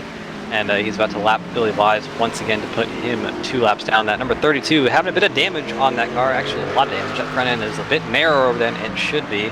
It's a hard word for me to say for whatever reason. Narrower. But you know, you see right there, right in front of the leader, you see the right front tire, and it's not what you want here at Watkins Glen, but he's going to get out of the way for the 20 here pretty shortly, I would assume. Let him by on the backstretch. Yes, he does. Pulls right up to the right there. Good road course move, good courteous move for Billy Wise to let the leader by at the easy point in the track and let him negotiate the corner. So no harm, no foul there. And like you said, only 4 cars on the lead lap, and those 4 cars, Dave Wilson, AJ Digby, Kyle Zimmer, and Alan Capers. Yep, 4 cars, and Alan Capers has had a lot of pace, but he's currently about 13 seconds behind Kyle Zimmer in front of him. So Capers has a lot of ground to catch up. Oh, we have 1 car off in turn number 1. It's the number 66 of Brian Lowhead, local yellow in turn number 1, at least for now. The 66 is trying to get that machine going straight once again. Go back and watch this one here on the 3-wide TV replay. I think he just got a little bit of wheel hop here, Cameron. Maybe it just wouldn't slow down, couldn't quite get that machine to turn and hit the outside wall there, but was able to keep going. Not too much damage on the front end of that 66. And you saw those tire marks just straight off, and that's a kind of a helpless feeling as a driver, because you want to say just turn the car, slow it down, but you got to think he had that thing cranked all the way right and was trying to slow it down. But it's not really as easy as it looks, especially with these stock cars. If you lose control, wheel hop or whatever, you can really just kind of have to let the car do what it wants at that point. So the battle we're going to have to keep an eye on is the number 25 and the number 13. Zimmer has 4 laps older tires than Capers, and that is the reason why Zimmer was able to scoot out to now a 12.5 second advantage. Keeping an eye, we have 12 laps to go now on the racetrack, and for Alan Capers, he's going to have to close in quite considerably on Kyle Zimmer. Looking at the last few lap times between the number 13 and the number 25, Capers is only a fraction of a second faster than Zimmer, even though he has 4 laps fresher tires. So, Cameron, I really think that Capers staying out so long, unfortunately, has put him in this bind now, and he's trying to work his way up this uphill battle to see if he can close back in on Zimmer. But remember, Capers was ahead of Zimmer. Capers had passed Zimmer on the race circuit, and those fresh tires really played into the hands of Kyle Zimmer, as he is now 12 seconds up the road. Yeah, definitely. And like I was kind of saying while the whole pit stop sequence was occurring, there is no chance of a caution coming out and kind of making use of a strategy where you would stay out and kind of do that whole thing where everybody else pits and you get the caution, the lucky break. So I'm not really sure why Capers did that. Maybe he didn't know that cautions were not a thing on the road courses. I mean, that is a definite possibility. I'm not going to sit here and say that he was wrong or anything. He definitely has the speed. He needs to be about a second quicker per lap to catch that 25, though. And we'll see if we can see if he can do that. But we'll go on board with Dave Wilson here for a lap down into turn number 1, that downhill braking zone, braking at about the 400, 500, feet mark. We are in the United States of America anyway, so going here through the S's, and this is a trickier corner than it looks like. You really have to make sure that the car doesn't push out or get loose under you, so you can get right up close to that guardrail through the second S and then back onto this long straightaway. You get up to about 175 miles an hour into the braking zone right here at about the 400-foot mark into the corner, right up near that guardrail. Through these curves, you see that car hopping all over the place. That is the speed right there, and then through the carousel. Some drivers take this differently. Some like to keep it down the bottom like myself. Some like to diamond it a little bit. It really is just kind of a matter of preference. Really, I've kind of noticed that either way it works just fine. Then back up to this back straightaway off the carousel. You get about to about 165 into this hard braking zone for turn number 6. You don't want to hit that curb on the inside. Keep it out of the grass on the outside, over the curb, then swing it back to the left for this last corner. Keep it off that curb as well, and then swing it out over the turn number 7 and down over the start-finish line for another lap of Watkins Glen. So very quick laps here, like you said, Peter, about a little bit over a minute, and they do go by pretty quickly, not only because of the time, but just because you're going so fast. Yeah, one driver who we've talked about quite a bit here in the past few minutes, Alan Capers, just smacked wall going up through the S's, just trying to do so much to try and close in on the back bumper of the number 25 of Kyle Zimmer. There you see that right side damage. It was right at the top of the S's. The little left-hander just washed out a little bit too much, and some sparks flew off the right side of that machine. So hopefully there's not too much damage and he can continue that hunt for the 3rd position. But we now only have 9 laps to go of this 54-lap race. There's the number 14 of AJ Digby. Nothing's really happened up at the front. Digby, however, has fallen 8.25 seconds behind Wilson. Looking at over the last few laps, Digby hasn't had any bad laps. He just hasn't had any what I consider good laps, as the number 20 has been very consistent over the last few laps, running 113s and a few low 114s to Digby's high 114. So that's allowed Wilson to scoot away. Wilson definitely showing his prowess once again on these road course races. Digby coming out of turn number 1, and Wilson already at the top of the S's on the back stretch. So that just kind of highlights the distance between those two cars here on the racetrack. See if we can get them both in the same shot. Yeah, there you go. Just ever so quick look at the number 14 of Digby as Wilson now works his way through turn number 5, the carousel. And you mentioned it, Cameron, there's kind of two ways to get through the carousel. I'm kind of like you. I like to hug that yellow line and in fact use that white curb down there as much as possible to help get the car turned. It just seems like the way that the track falls away through that corner. Oh, Wilson ran a little bit wide this lap. He ran wide in turn number 6, had to check up a little bit. Not quite sure how that's going to hurt him. He's still got plenty of time on AJ Digby, but definitely ran wide right here where you see Tanner Sharp going through right now. Tanner, of course, he pitted and he did a 2-stop strategy. He's trying to close in on the back of Kevin Cochran. Cochran right in front of him. And, you know, Cameron, we said at the top of the show that there's a decent amount of fall off here, but looking at the temperature, it's partly cloudy, 79 degrees Fahrenheit. I'm wondering if it's just not hot enough for the tire fall off that we were expecting. Of course, this is a late afternoon start, and I'm wondering if that's lowered the track temperature and is allowing these drivers to save tires more than we expected. Yeah, that definitely. Trouble for the 13 Valiant Capers. He spun out in the last corner of the track right there, turn number 7.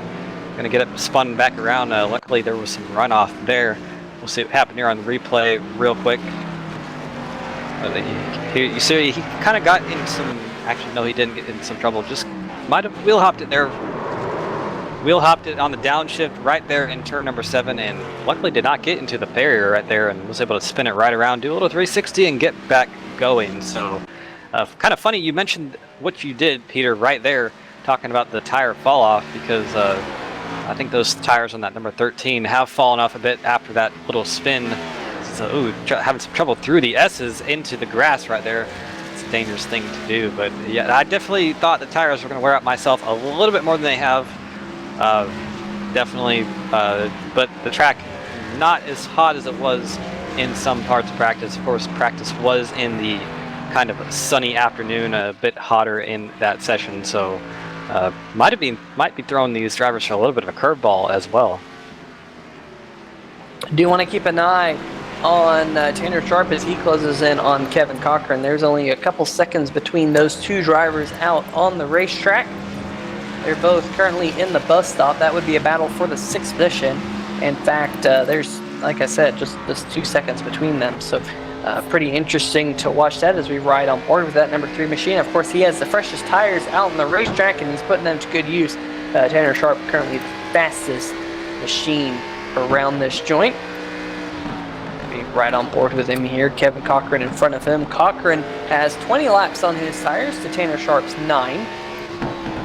So Tanner Sharp, man, you can see under braking that number 3 closes in. Ooh, someone ran wide there. That'd be AJ Digby, your second place car, and Digby, I think, is just trying to get it home. Digby has quite a bit of time on your third place car.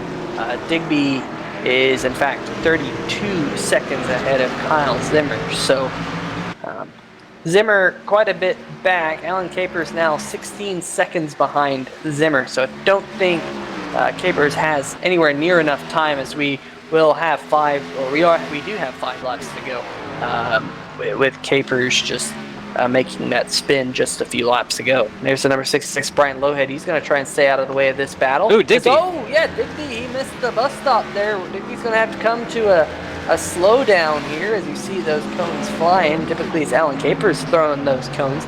But on this occasion, it's AJ Digby. But look at this battle for 6. Here comes Tanner Sharp. Mentioned it just a few minutes ago that he was closing in on Cochran, but he is now there on the back bumper of that machine. That number 80 runs a little bit wide, going into turn number 6. That's going to open the door for Tanner Sharp. Oh, Tanner got wicked loose. They're side by side into turn number 7. Sharp around the outside. We've seen a few drivers have trouble out there, but Tanner Sharp keeps it going straight. And Tanner Sharp now takes back the 6th position. He's got Chris Roberge just up the road. And if we go on board with that number 3 machine, you will see the number 49 of Roberge on the nose of that machine, but we'll go back and see if we can, excuse me, we saw that on the replay. But riding on board now with Tanner Sharp. Just look out the nose as you'll catch a glimpse of the number 49 of Roberge. There he is. That next dot right in front of him is Roberge. And Roberge has been lapping around the 1 minute 15 mark last 5 laps to Tanner Sharp's 1 minute 14 lap average. So about a second difference between Roberge and Sharp. So Sharp, if he can hit his marks, he will battle for that 5th position before this is all said and done. And for Tanner Sharp, you know he's probably looking at his interval. He sees that car in front of him, and he's going to definitely try to get that. Actually, the gap is visibly closing from behind, looking at from the rear of Roberge's car. That number 3 is fast all around the track, and I think he might catch him probably next lap. Yeah, so let's keep an eye on this one. There's the number 13 of Alan Capers. He's the 4th place car. Last car currently on the lead lap, going around the number 1 there of Thomas Wise. Going a little bit wide there, but staying on the racetrack. Oh, wow, Chris Roberge, number 1 out of the corner of my eye. He went way wide, and that has allowed Tanner Sharp to close in even more. So the battle for 4th, like you said, Cameron, it will be a battle here in a lap or 2, without question. Yeah, Tanner Sharp was actually the fastest car on the racetrack last time by, a 1:15.8 to Chris Roberge's 1:15.7, so about 2 seconds quicker. And the gap looks like it's actually the gap is non-existent anymore, because right there you see in the same frame of shot there's both Roberge and Tanner Sharp. So really not much Roberge can do as a driver at this point. He can try all he can to hold that 3 off, but I think that 3 is just going to be a little bit too quick. He's probably going to try to make the move here into turn number 1 if he can get himself a good run. Actually, Roberge runs a little bit wide there through turn 6 and going to spin out of the corner, and hopefully he doesn't get hit by anyone. Actually, everybody misses him. That was a bit of a heart-stopping moment, but that did give Tanner Sharp the 5th position pretty easily, and he has no more room for improvement because that is the last position on his lap. He is the first car 1 lap down at the moment, and Alan Capers about 5 seconds himself from getting lapped, but of course, even if he does get lapped, he's still well up the road from Capers. But 2 laps to go for the leader. Dave Wilson right now has a 16.8 second lead over AJ Digby, so really nothing to worry about. All he has to do is make 2 more clean laps at this racetrack, and he's going to have the win in the bag. And let's see, I believe that would be probably his 3rd or 4th win of the season. Would be his 4th win. He has not actually won in the B-Car Series since Texas Motor Speedway back in March. So a bit of a drought for him. Of course, he took a bit of a break for personal reasons, school, work, and all that stuff. So good to see him come back out here and put on a bit of a clinic here. Having some connection issues still. Looks like those have not rectified themselves throughout the race, but has not slowed that number 20 down, as he is going to come out of turn number 7 and start the final lap of the race. So about 2.5 more miles for him to go, and white flag is out for win number 4 on the season. Do you want to make note that Chris Roberge and that half spin also allowed the number 80 of Kevin Cochran to move up into the 6th position. When he had to check up to get around Roberge, he did so well without any contact, and now Cochran finds himself 6th. So good run for him. Started in 15th, up to 6th. I'm sure Kevin Cochran will be glad to see the checkered flag at the end of this one. But like you said, Cameron, whoa, Dave Wilson, a little bit of connection issue. That's not the thing you want to have happen on the last lap. I know that's been happening pretty much all race, but last lap always makes it a little bit more nerving. But coming out of the carousel for the final time, Dave Wilson, get your kazoos ready, because he's going to take this thing to victory lane, I'm sure. Just 2 more corners left on the racetrack, and you know he's going to probably go through them pretty easily. And there's turn number 6. Out to the left for turn number 7. The right for turn, well, that is turn number 7. So back to the right for turn 7. And off the final corner, Wilson, a dominating performance here at the Watkins Glen International Circuit. He's going to lead, I believe, the race, or most laps, definitely, and come home with win number 4 on the season, and immediately to the runoff at turn number 1. And I thought he was going to hit the wall, but stops it right there, and probably going to do his celebratory burnouts for the fans in turn number 1. But a pretty dominating drive for the driver of that number 20 car. Looks like nobody really had the speed for him to contend with him outright, and just came out here and put on a whale of a performance.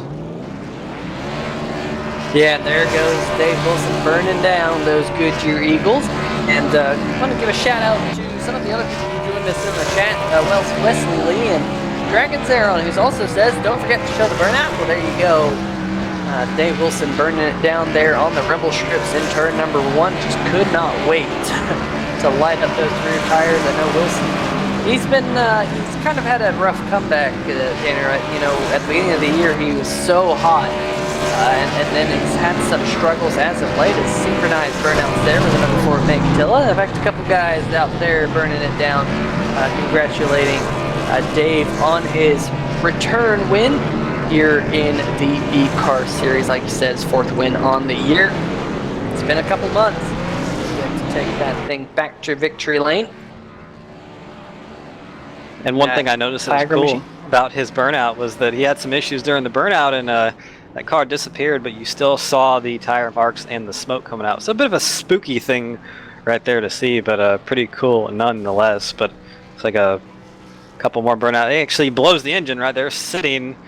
So probably overheated, so that engine is no more. He's gonna have to get towed back to victory lane, which is always the best way to do that. And you see his teammate right there, Chris Burge, nosing into Dave Wilson, and there's Brian Lowehead coming in to join the fun.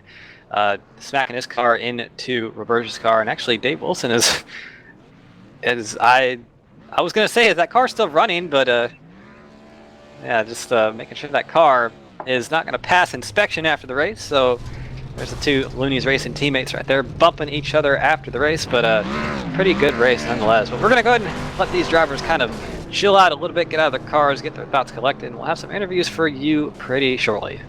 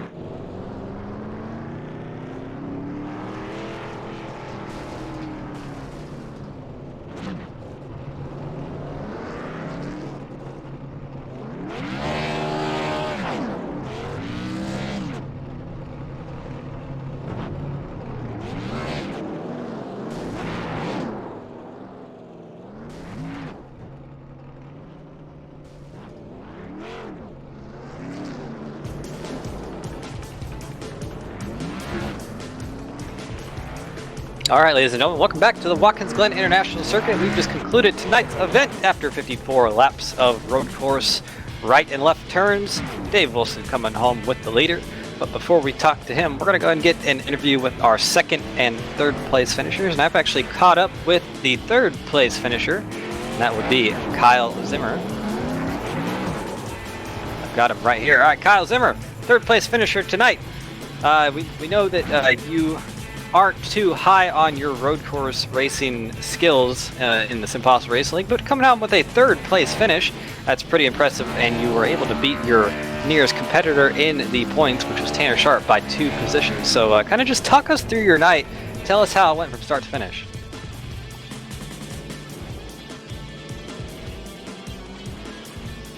Yeah, definitely a good night for me, especially road course not my big thing, but definitely improving. Night, Givers hard, handily was definitely tough throughout the run. Early on, I had a contact with Johnny, and then I hit a scrape on the right side of the feet on one of the walls that definitely hurt it in my first run, and it definitely slowed down my times a lot there, and I definitely felt like I could contend for second possibly if I didn't have the damage second half of the race after the pit stop, and definitely had a lot better run and not overdoing my braking point. Try to make constant lap times and take third place tonight is definitely a good night for me. Yeah, and you said you had some handling issues, and I remember in practice we heard some drivers, and I heard you say it yourself, that the setup was a little bit challenging to drive. Did that kind of facilitate itself throughout the race, or did you kind of figure out what to do to try to make the car do what you wanted to do? Yeah, it was definitely challenging, especially in braking in turn one. Not overdo, only got to entering in correctly, and especially for the east. After maybe 5-10 laps, the east definitely gets tighter there, and not usually full throttle. Tires were definitely late tonight. I noticed I had like 1.4 seconds lap, and by the end of the run, it was like definitely up by 3 seconds. I noticed bus stop was definitely challenging too, not to overdrive there. But I will have, and I could lose like 10 miles per hour through it, and lost a lot of time there. It definitely, the handling was definitely a lot of waiting one side when you turn. But definitely tough challenging tonight for sure for that. All right, 54 laps of Watkins Glen wasn't enough. We go a bit west to the Mid-Ohio circuit for 50 laps of that one. Kyle, how are you looking forward to some more road course racing? Yeah, another road course. My goal, well, I have only ran maybe one time in Mid-Ohio, so I'm definitely going to be practicing. Probably this weekend. And I have, if I remember correctly from last year, I have raced there. Definitely challenging, so I would definitely have to not commit mistakes. And my goal is to get maybe top 3 or top 5 even. That's like a win for me. All right, Kyle. Well, either way, you came home with a top 3 tonight. A very good run nonetheless. But before we let you go, we know you got some shout-outs for us, so let's hear them. Yeah, and I definitely like to shout out to you guys, Rewind TV, for broadcasting this. I also want to thank Jeff for definitely excited for that, and I want to thank Bubba team, Bubba Racing for supporting me tonight, and also BWTV 9 for race as well.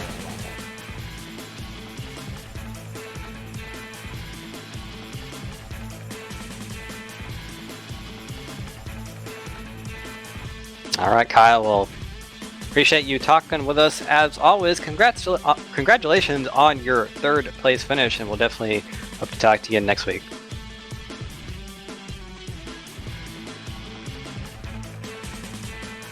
All right, that was your 3rd place finisher, Kyle Zimmer, and I believe Peter Short has up with 2nd place driver and now 3-wide TV commentator AJ Digby. That I have, and AJ Digby, it's your 4th 2nd place of the season here in the B-Car Series. I'm sure you wanted to do one spot better tonight, but you know what? It was a pretty respectable night. You got the pole, an absolutely spectacular lap. In fact, you backed up your first lap with it almost faster on your second lap, which was pretty impressive to see. But once you got into the race, led the first few laps, and then a little bit of pit strategy to try and undercut the number 20 in the middle of the race. It looked like we had a battle for the lead that was on once more, but I think those few laps extra on your tires didn't pay too well for you near the end of the race. But all in all, pretty respectable 2nd place. Tell us a little bit about your night from your perspective. Yeah, I had 2 fantastic qualifying runs in a row. Able to keep it out of the grass, able to keep it on the track, and both would have put me on pole. So I was really happy with that, and knew I had a really fast car, but also knew Dave was really fast as well. Just didn't know how things would go in the long run. And then just as the stint went on, there's just Dave is mainly better than me in 2 spots, and those spots both have straightaways right after them. And so the later the run goes on, that it gets more and more pronounced in that sense. coming up through the S's and out of it, he's way faster there. And then the last turn, he was faster there as well. So when we're on fresher tires, I can kind of mask it because I can run fast enough laps to make it work fine. But as soon as the tires start to degrade, he can really get a good run, and that's where you make up half a second at a time on each straightaway. So he had a great race to be able to take the lead and stay out in front, and almost got there on the undercut. Would have been nice to actually be able to make a move for the lead, but yeah, all in all, it was a great race. I know I've had a lot of second place finish. Second place is a lot of points, especially when you can lead a lap in those races and get very good respectable points, and especially after missing a couple of races early on in the season, I'm able to acquire some and ensure that I can secure myself for the playoffs. Absolutely, always looking forward to those playoffs, and they're coming up very, very quickly. In fact, quicker than I would thought. 2019, and we're just flying through this year. How important is it to have good momentum going into the playoffs? Because you have to start thinking about them more and more here. Yeah, there's a different trains of thought. Some people think momentum is really necessary, and in my opinion, it's more about just feeling somewhat confident, but you don't have to have fantastic races before it, because every track is different. Every night is brings out something new. So like right now, we got a couple good races in a row that I can feel like I get things going here. Tracks that I really like coming up, and then once playoffs start, it's just kind of a bunch of different styles of track all at once, and it's mostly about just keeping it. That's the biggest thing, is right before the playoffs, you want to feel confident in your ability to keep it on the track and away from harm. And I've been notorious for bad luck, but I feel like that's kind of changed a little bit lately, which is really all I need, is to know that I'm in control of my car and can feel pretty safe and come away with a clean car at the end. Well, talking about car control, next week we got another road course, Mid-Ohio, which is a pretty tricky road course. In fact, Mid-Ohio and the Roval are probably the trickiest two road courses that we go to this season here with the B-Car Series, and I expect to see you once again up near the top, but what are your thoughts about Mid-Ohio? I love Ohio. It's my home track, about an hour and a half away. I was there for the IndyCar race last weekend. That's my home road course. I call Indianapolis my home oval. I kind of sit in the middle of those two in a way, but I love it. It's always been a place I've felt pretty good, just haven't been able to do too much racing there. Not a lot of series tend to go there, and then when they do, it's usually not a week that I'm free to be able to drive it. But every time I race there or run practice laps there, I love it. It's such a tricky course, so many tough, challenging off-camber corners that I feel like it's going to play hopefully into my strategy, and hopefully at the very least walk away with BM and rather some more points. Obviously want to go for the win. I feel like I can, and you never know. We'll see what happens next Wednesday. Absolutely. We're definitely looking forward to it. But before we let you go, you got some shout-outs for us? Yeah, quick ones. Travis Sweeteman, mate. Awesome race tonight. Be able to keep that thing clean and good position. My cousin Ken Vollmer, I know, is watching at his house, so shout out to him. Special shout out to my triple cousins and my brother, for their birthdays are today, and then my parents' anniversary is also today. So all those special shout outs. My cousin again for the beautiful car that we're able to keep out front. You guys for the broadcast that I am excited to watch later. And then Jeff for the league and everybody in it for the fantastic driving, and all the lap cars who were very respectable, staying out of the way for us leaders. It helps a lot, so thanks to all those guys. Absolutely. Well, as always, AJ, to have you up here in the booth, whether you're commentating or here on the podium, it's always great to have you here. So we can't wait to see you once again next week at Mid-Ohio or here with the B-Car. Yeah, see you next week. All right, well, ladies and gentlemen, that is your second place finisher here tonight, AJ Digby, and I do believe that Mr. Cameron Rich has caught up with Mr. Dave Wilson, your race winner in Victory Lane. Yeah, I got him here. Winner, chicken dinner. That's something I've heard from you, Peter, and said about you too. But I got Dave Wilson here. And before I say anything, you got a copy? Yes, I do. All right, man. Well, not much to say about your race. You came out here and led most laps. Looks like you led about 44, so all but 10 of tonight's laps. Looks like for a bit there, the 14 of AJ Digby might have had you covered for the first part of the race, but you were able to get around him and pull away to a pretty substantial margin of victory. But just kind of talk us through your race. How did it go from start to finish? Yeah, definitely at the start there didn't have the best go about it, but I was eventually able to find my line, just find my pace, and just be able to run as good a laps as I could to try to catch up to AJ. And eventually, once I got back to the lead, I was just able to run my line and just focus on the lead and just focus on hitting all my apexes right and just hoping that I didn't mess up really at that point. And luckily I didn't, and I was able to come home with a win, and it's definitely a good feeling. But I know AJ definitely had a lot of pace there, and he missed the bus stop there I think once or so, but it was definitely a really close race between me and him, and it was definitely really fun for me to try to pull away from him the entire race. Although sometimes I definitely messed up a lot too, so it was definitely a tough one in general. Just this car and this track, it's just stock cars don't really belong on these kind of tracks, so. Yeah, speaking of that, we do go to Mid-Ohio next week. I know that that's a bit of a different racetrack than this, a lot more tight and twisty. I know you like the road courses yourself. How are you looking forward to that one? I'm definitely looking forward to it. I haven't actually raced the Xfinity cars or B cars on that track before, so it'll definitely be a learning curve for me, and hopefully I'll be able to come up with another win from it.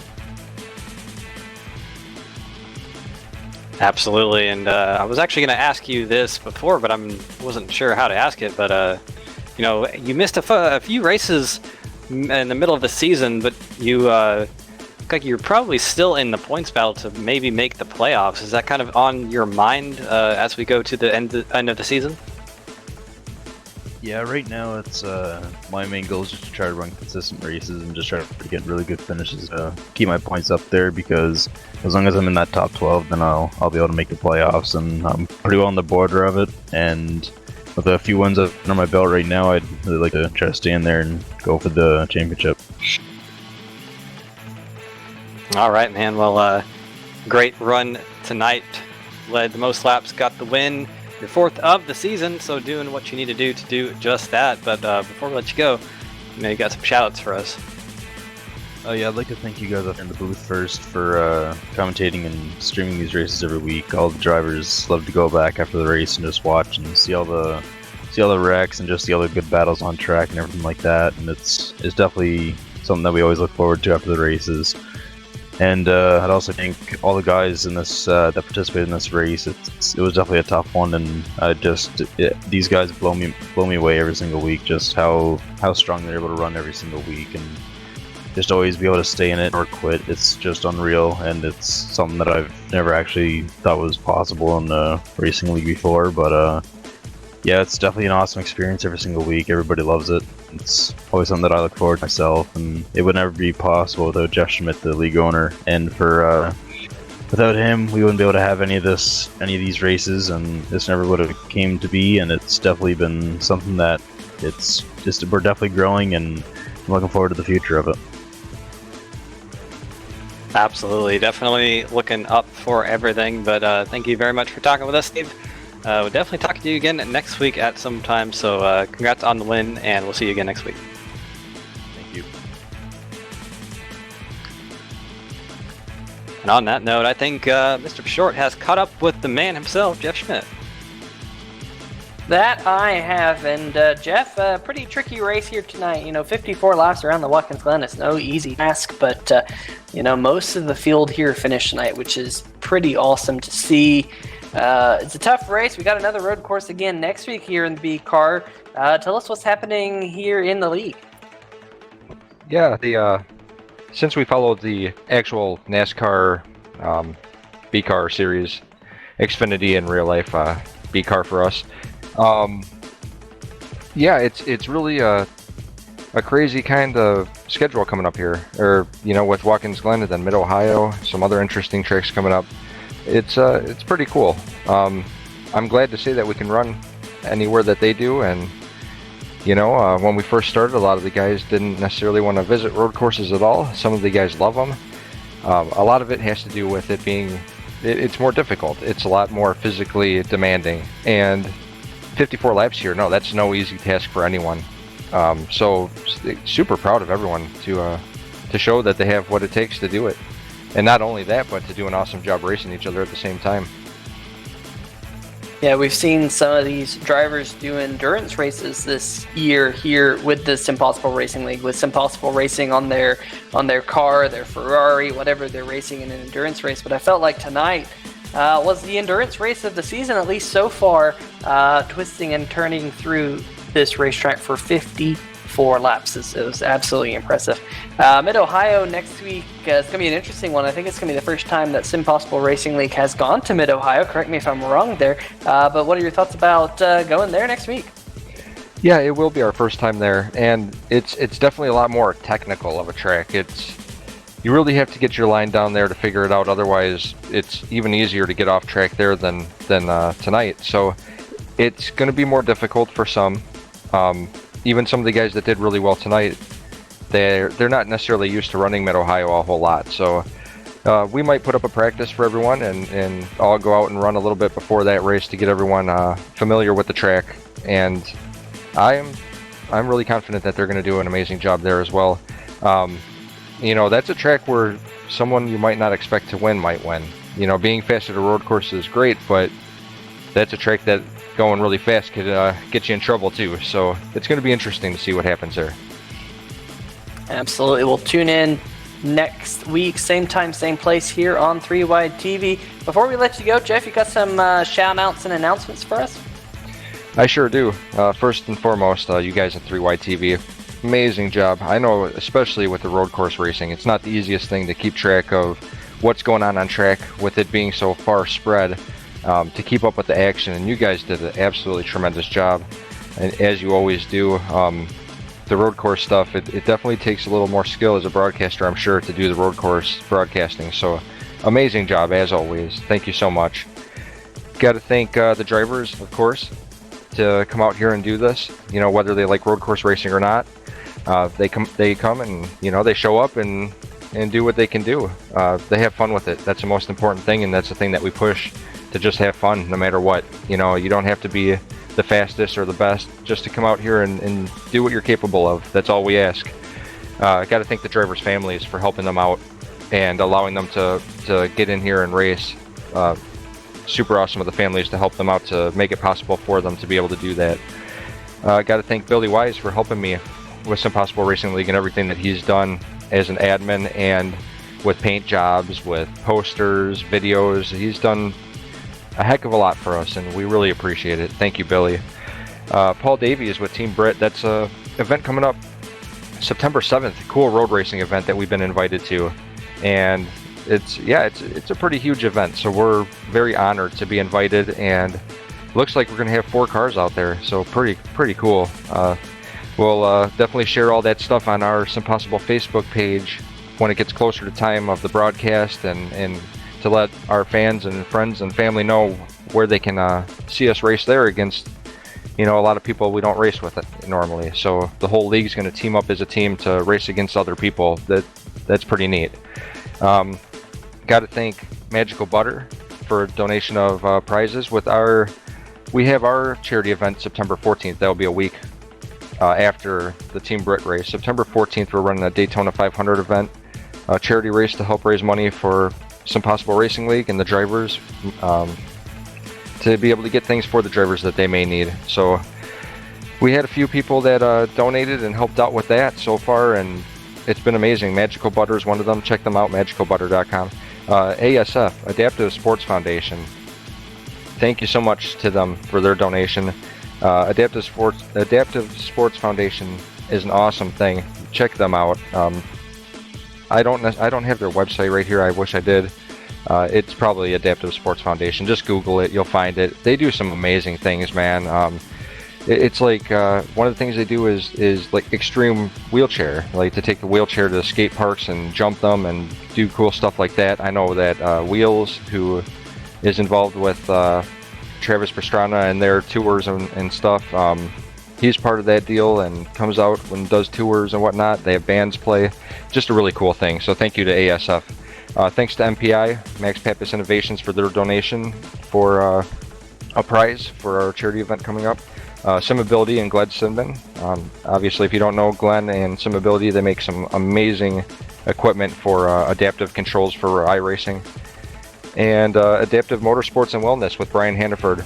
He owns a real-life car that is adapted to for those with disabilities to be able to put laps out there and at real NASCAR tracks and real cars. So very cool thing that he does, and obviously we've partnered up with him to try to to make a name for ourselves together and to help each other out with what we do to spread the word and to let people know that even though you think this might not be possible, it is, and we're here to help you with it. So just truly blessed to have everyone involved and everyone that watches the YouTube, of course, too. Without the fans and the people watching out there, it wouldn't be what it is. So thank you so much, and all the comments on YouTube. It's a whole lot of fun to watch and see that. So thank you.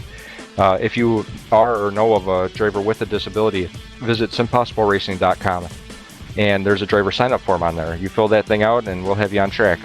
And it's as simple as that. So thank you, everyone. Have a blessed night. We always look forward to the next race. Absolutely. Well, thanks for joining us, Jeff, as always, and hopefully we get to talk to you again next week. Of course, we got the Mixed Series on Monday here on 3Y TV and the B-Car Series Wednesday night, so we'll see you then. Thanks, Peter. Have a great night. All right. Well, Cameron, we just got about the rundown here, the final finishing order left. So if you got that pulled up, take it away. Yeah, coming home with the win, we got the number 20 of Dave Wilson, his 4th win of the season. Second place, AJ Digby, the pole sitter, not able to capture the win tonight, but a good run nonetheless. Kyle Zimmer, the self-proclaimed not good at road course driver himself, coming home with a podium finish. Alan Capers coming home 4th, the last driver on the lead lap. Tanner Sharp, 1 lap down, first driver to do so, coming home with a top 5, so a good run for him. Kevin Cochran started in 15th, got his way all the way up to the 6th position. Could have probably gotten more if not for some issues there in the later stages of the race, but still a great drive for him nonetheless. Chris Burge coming home with a 7th place, 8th place Fernando Matos, 9th place Travis Zudema, and coming home in the 10th position is Nate Tillett, Peter. Yeah, finishing in the 11th position was the number 32 of Billy Wise, who started in the 11th position. Behind him is the number 56 of Tom Johnson, finishing in 12th. James Ifall, he comes home in 13th position. Brian Lowhead 14th, 8 laps down. Thomas Wise 15th. Johnny Berardi 16th. Mark Dingman finishes in 17th, the last car to start tonight's race. And Matthew Lesniewski did not post in that number 24 machine, will be scored with an 18th place finish. Well, ladies and gentlemen, we thank you for joining us here on 3Y TV. Before we go, we want to just give a thank you to our friends over at SimTV for these awesome cameras, and our friend Thomas Morris for putting together this graphics package, which is ever improving. Well, for everyone here at 3Y TV, Carlos Acosta, our producer, myself, Peter Short, and Cameron Rich alongside me, we thank you for stopping by here tonight, and we'll see you again next week here on 3Y TV.